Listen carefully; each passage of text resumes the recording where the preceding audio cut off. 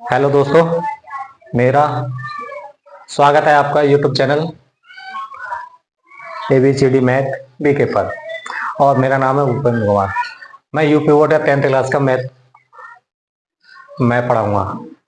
ठीक है, तो अब पहले अभ्यास हमारी वास्तविक संख्या है, तो हम उसके बारे में थोड़ा सा जान लेते हैं। वास्तविक संख्या होती क्या है? संख्या हमारी दो प्रकार की होती है।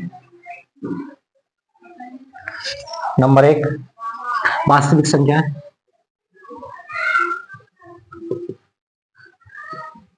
वास्तविक संख्या। नंबर दो, ये होती है काल्पनिक संख्या। काल्पनिक संख्या।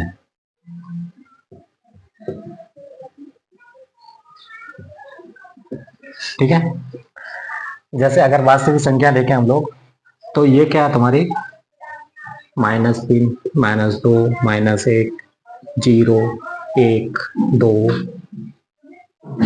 3, ये सब वास्तविक संख्या है। ठीक, माइनस में प्लस में ये सब वास्तविक संख्या होती है। और काल्पनिक संख्याएं जो होती है जिनका हमें मान नहीं होता, इनका अंडर कोई वास्तविक मान नहीं होता, जैसे -1, √-3, √-2, इनका मान नहीं होता। ठीक, तो अब क्या, वास्तविक संख्या भी तुम्हारी दो प्रकार की होती है। वास्तविक संख्या भी दो प्रकार की होती है। नंबर एक, परिमेय संख्या। नंबर एक, परिमेय संख्या है। ठीक, और नंबर दो, अपरिमेय संख्या। ये होती है अपरिमेय संख्या।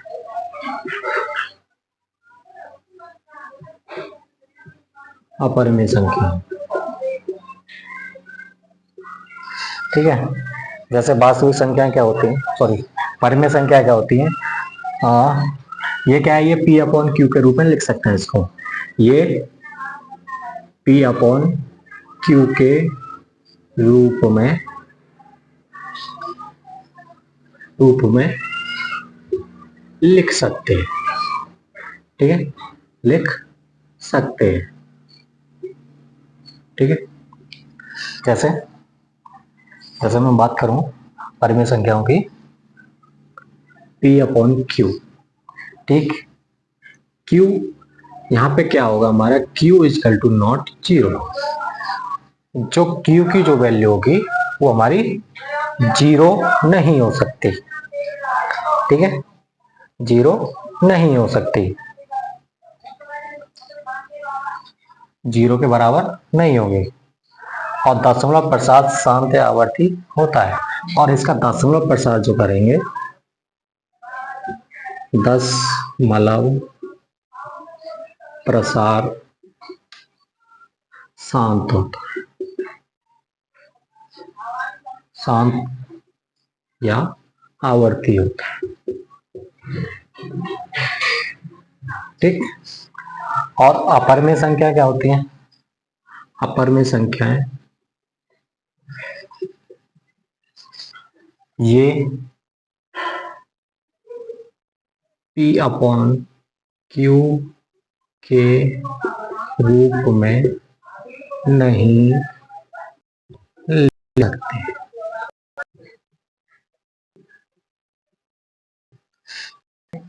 नहीं लिख सकते, जैसे P/Q = √2, √3,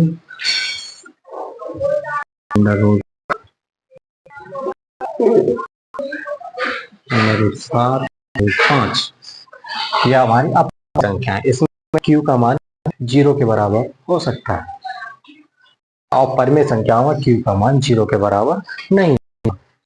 इसका दशमलव प्रसार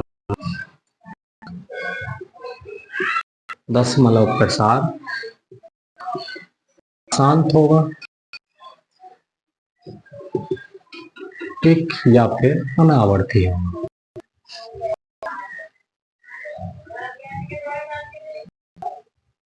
अनावर्ती। ठीक,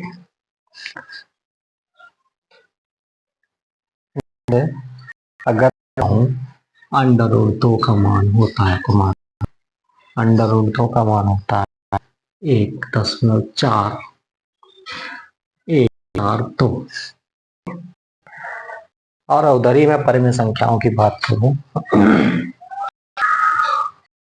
तो जैसे कि हमारा 1/, हमने सवाल या फिर 2/3, ठीक।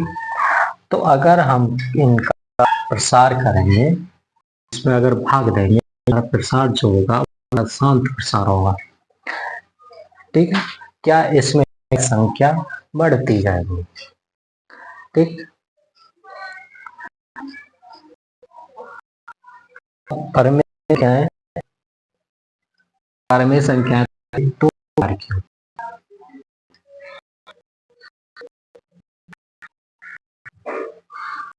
परिमेय संख्या दो प्रकार की होती हैं। जैसे नंबर एक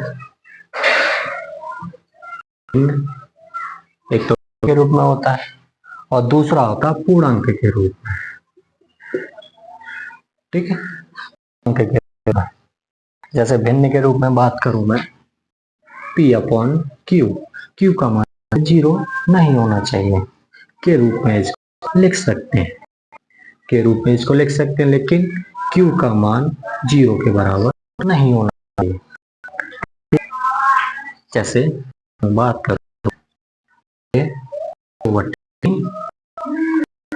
4/7 और 1/5, ठीक है। ये हमारा परिमेय संख्या, लेकिन भिन्न में अब आता है नंबर 2 पूर्णांक के रूप में। अगर पूर्णांक के रूप में देखेंगे हम लोग, ये पूर्णांक के रूप में है परिमेय संख्या। पूर्णांक के रूप में कैसे होती है, जैसे इसको P/Q के रूप में लिख सकते हैं, लेकिन Q का मान क्या हमारा 1 हो सकता है, ठीक।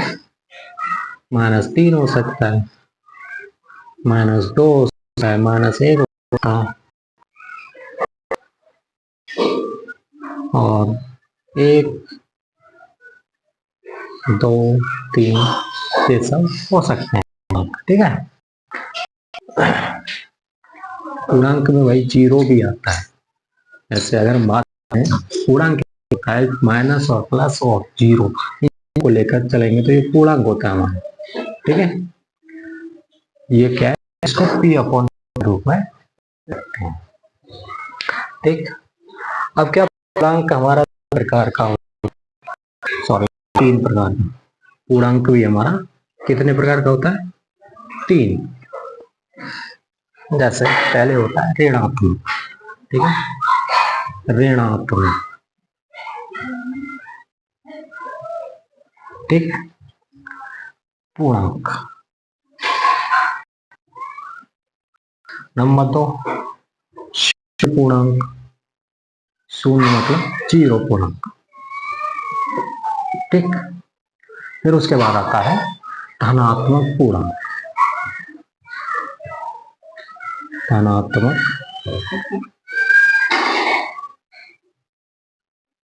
धनात्मक पूर्णांक, ठीक।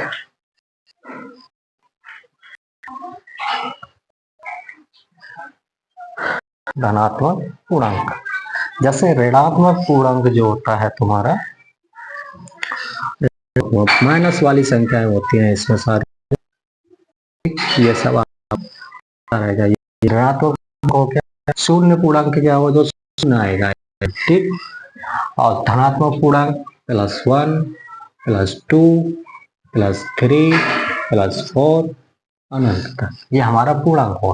पूर्णांक संख्या वो होती है ऋणात्मक से लेके धनात्मक तक चलते हैं, या धनात्मक से लेके ऋणात्मक तक चलते हैं, जिसमें शून्य साथ में आता है, क्या वो हमारा क्या होता है, पूर्णांक संख्या होती है, ठीक। अब आपको समझ में आएगा संख्याएं क्या होती हैं। देखो दोबारा समझाते दो। संख्या हमारी दो प्रकार की होती है, नंबर 1 वास्तविक संख्या है, नंबर काल्पनिक संख्या। वास्तविक संख्याएं वो होती हैं जो प्लस माइनस या जीरो सभी ये क्या है, वास्तविक संख्या।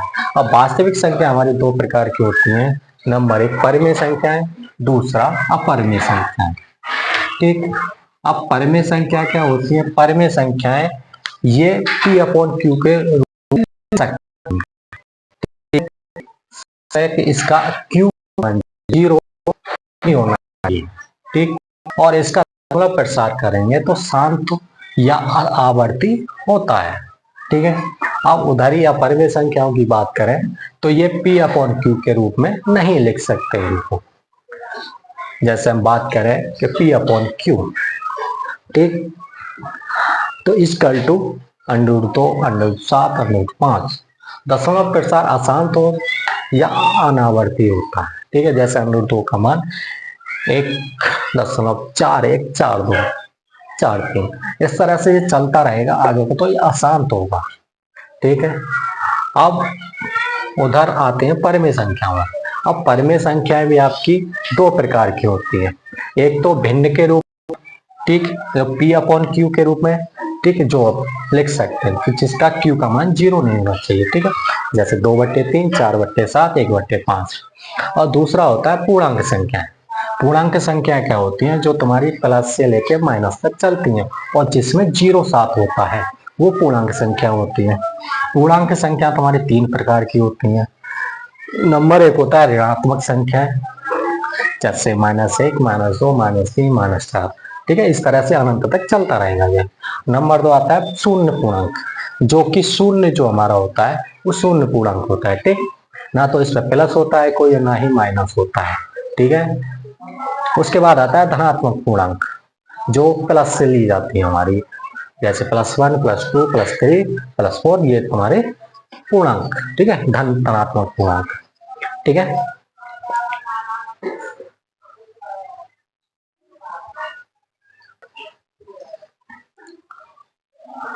देखो आगे संख्या आती है सम संख्या।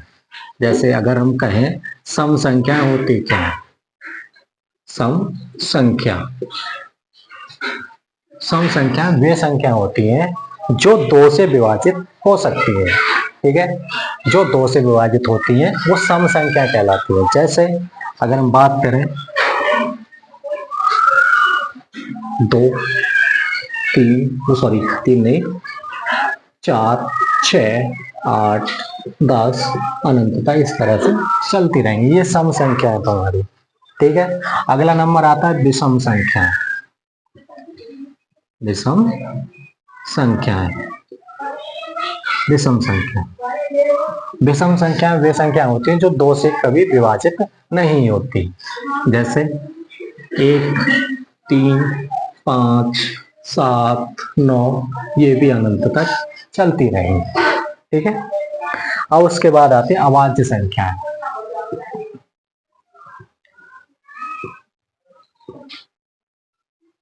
अभाज्य संख्या, अभाज्य संख्या वो होती है जो एक से कटती हैं और स्वयं से कटती हैं, वो तुम्हारी अभाज्य संख्या होती हैं। जैसे जैसे 2 3 5 8 7 11, इस तरह से ये चलती रहेंगी। ठीक है, अभाज्य संख्याओं को एक ऋण संख्या भी कहते हैं, ऋण संख्या। ठीक, अभाज्य संख्या को ऋण संख्या भी कहते हैं। जैसे ठीक है 2 3 5 7 11, ये खुद से कटेंगी और एक से कटेंगी बस। ठीक है, अब यौगिक संख्या क्या होती है? भाज्य संख्या। ठीक, यह भाज्य संख्या होती है, भाज्य संख्या या यौगिक संख्या, यौगिक संख्या। ठीक, ये क्या होती हैं? ये वो होती हैं जिन संख्याओं के गुणनखंड 2 से अधिक होते हैं। ठीक है, जिन संख्याओं के गुणनखंड 2 से अधिक होते हैं वे अभाज्य संख्या कहलाती है। जैसे 4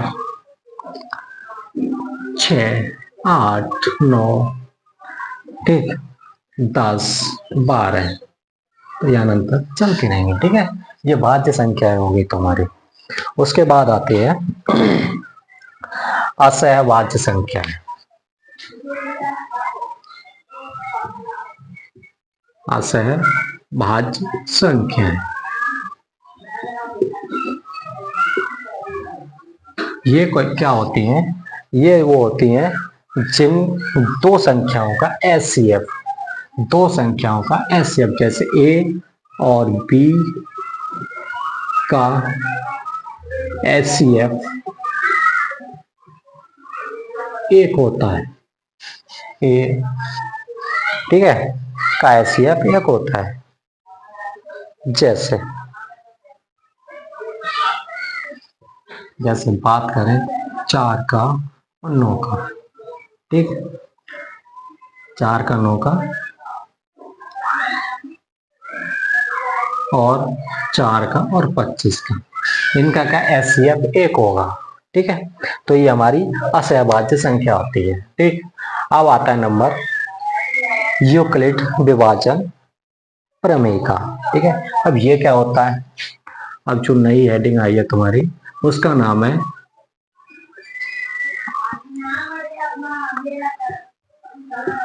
यूक्लिड विभाजन प्रमेय का।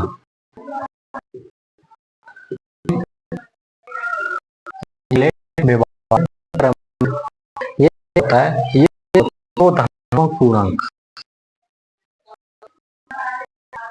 दो धनात्मक पूर्णांक, दो धनात्मक पूर्णांक ए और बी, ए और बी दिए रहने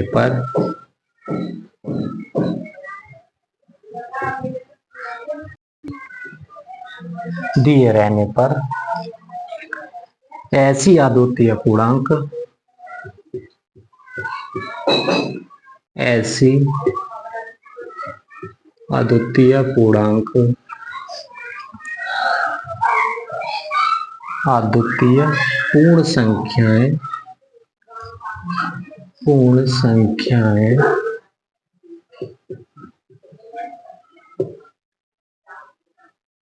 क्यू और आर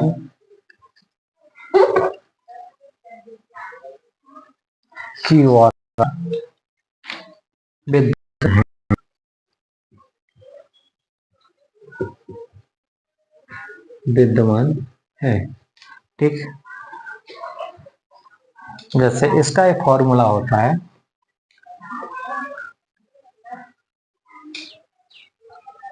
ए बराबर बी क्यू प्लस आर। अब इसको सिंपल भाषा में समझें तो ये एक तुम्हारी भाग विधि हो जाती है। जैसे भाग में जरूरत पड़ती है हमको 4 संख्याओं की, जैसे एक भाजक होता है, दूसरा भाज्य होता है, तीसरा भागफल निकलता है और चौथा शेषफल निकलता है। ठीक है, तो वैसे ही यहाँ पे ये जो विधि है तुम्हारी एक भाग के आधार पर है। जैसे हम बात करें भाज्य बराबर होता है भाजक मल्टीप्लाई भागफल प्लस शेषफल।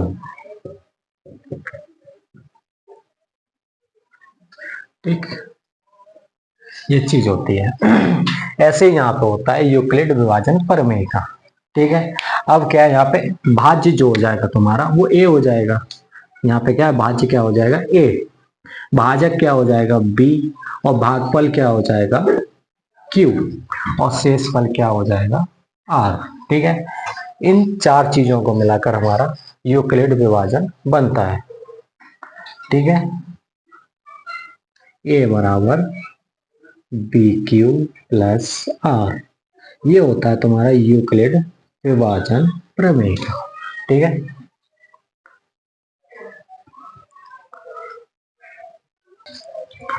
हाँ, यूक्लिड विभाजन आपके समझ में आया।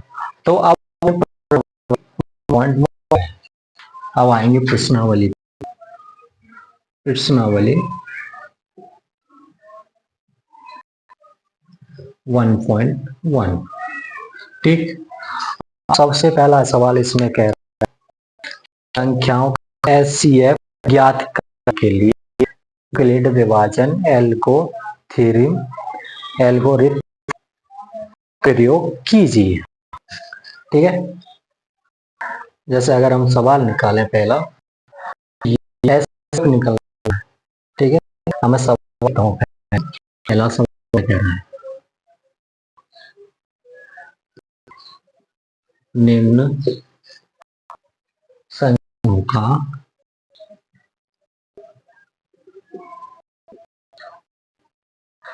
निम्न संख्या का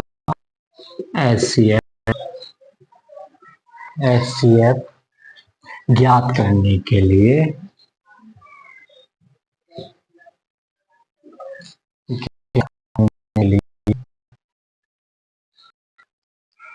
करने के लिए यूक्लिड विभाजन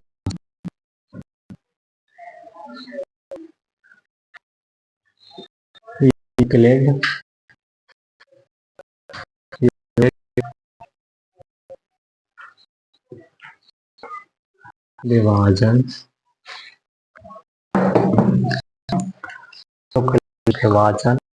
एल्गोरिथम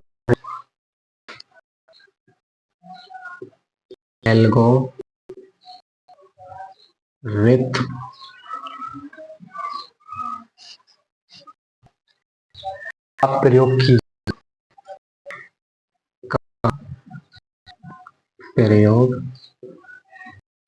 कीजिए। ठीक, तो पहला सवाल दे रखा है इसमें 135 और 200।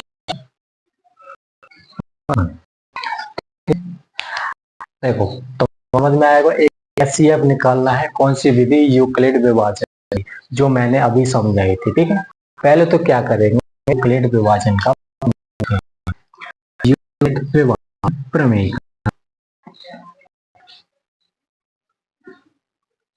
यूक्लिड विभाजन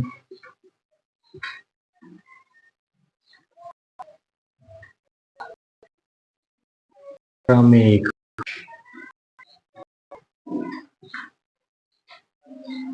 ठीक है, ये क्या होता है अभी मैंने आपको बताया था। तो क्या होता है, ए बराबर बी यू। ठीक, तो ध्यान होगा तो क्या बताएंगे। ठीक, अब यहाँ पे क्या हम लोग, जो बड़ी संख्या है हमारे पास, जैसे इसमें 135 और 255 है, तो इसमें जो बड़ी संख्या है उसको क्या माने हम लोग, पावर 255, ये होगी तुम्हारी बड़ी संख्या।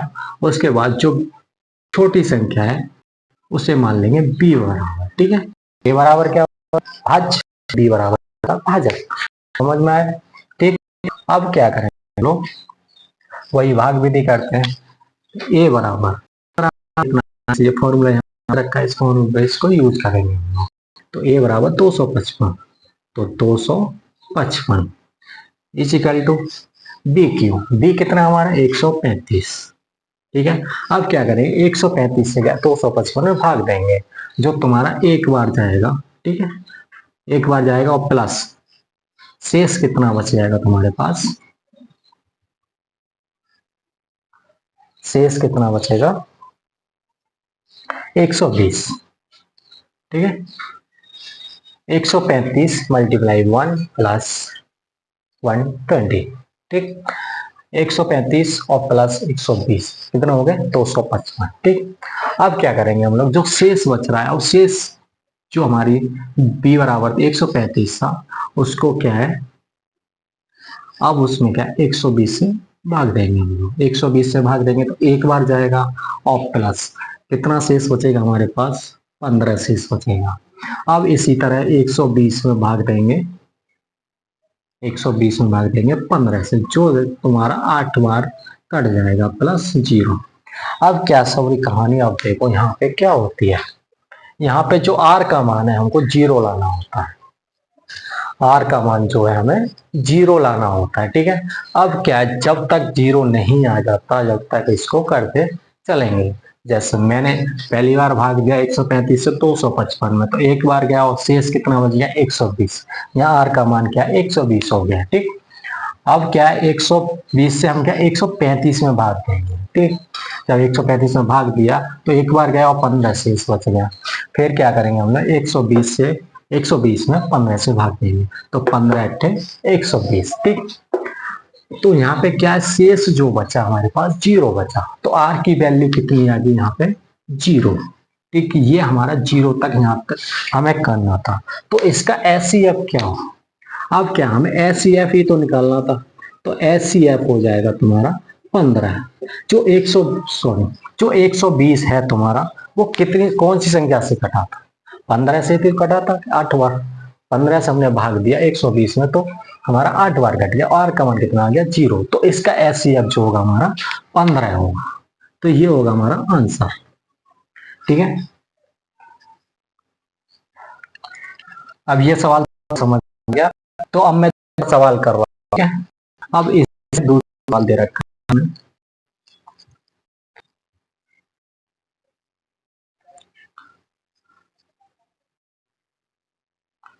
दूसरा सवाल दे रखा है, उसकी संख्या है 196 और 38,220, ठीक है। दूसरा सवाल है इसका 196 और 38,220, ये हमारे पास ये वाली संख्या दे रखी है। तो अब क्या करेंगे हम लोग, जो छोटी संख्या है उसको बी मानेंगे और जो बड़ी संख्या हमारी ए होगी, तो ए बराबर कितना हो जाएगा 38,220 और बी बराबर हो जाएगा 196, ठीक है। अब क्या करेंगे, यूक्लिड विभाजन लगा देंगे हम लोग, यूक्लिड विभाजन प्रमेय का, यूक्लिड विभाजन प्रमेय का, ठीक। यो क्या होता है, ये होता है ए बराबर बी क्यू प्लस आर, ठीक। तो ए की वैल्यू यहाँ पे हमने मानी थी 38,220 और बी की वैल्यू हमने मानी थी 196। अगर इसमें भाग देंगे 196 से 38,220 में भाग देंगे, तो ये हमारा जाएगा 195 बार, 195 बार ये कट जाएगा और शेष फल क्या बचेगा हमारे पास 0।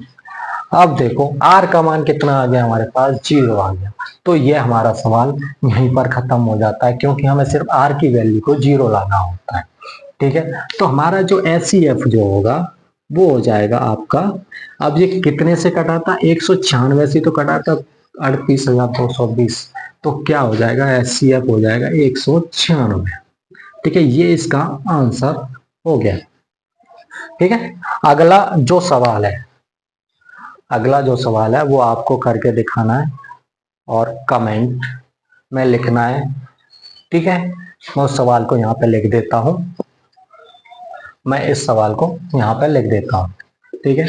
तीसरा सवाल जो होगा,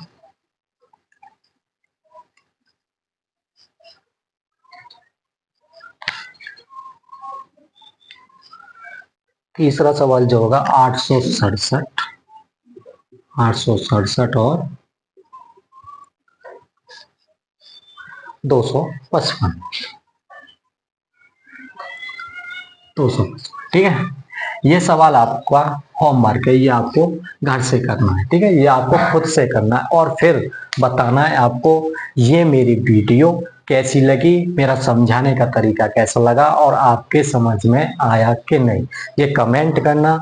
और वीडियो अच्छी लगी तो लाइक करना और सब्सक्राइब करना, ठीक है, सब्सक्राइब करना और अपने दोस्तों को शेयर भी करना। ठीक है, और ये सवाल जो है मुझे करके आंसर बताना है कमेंट में। ठीक, ठीक है, ओके, धन्यवाद।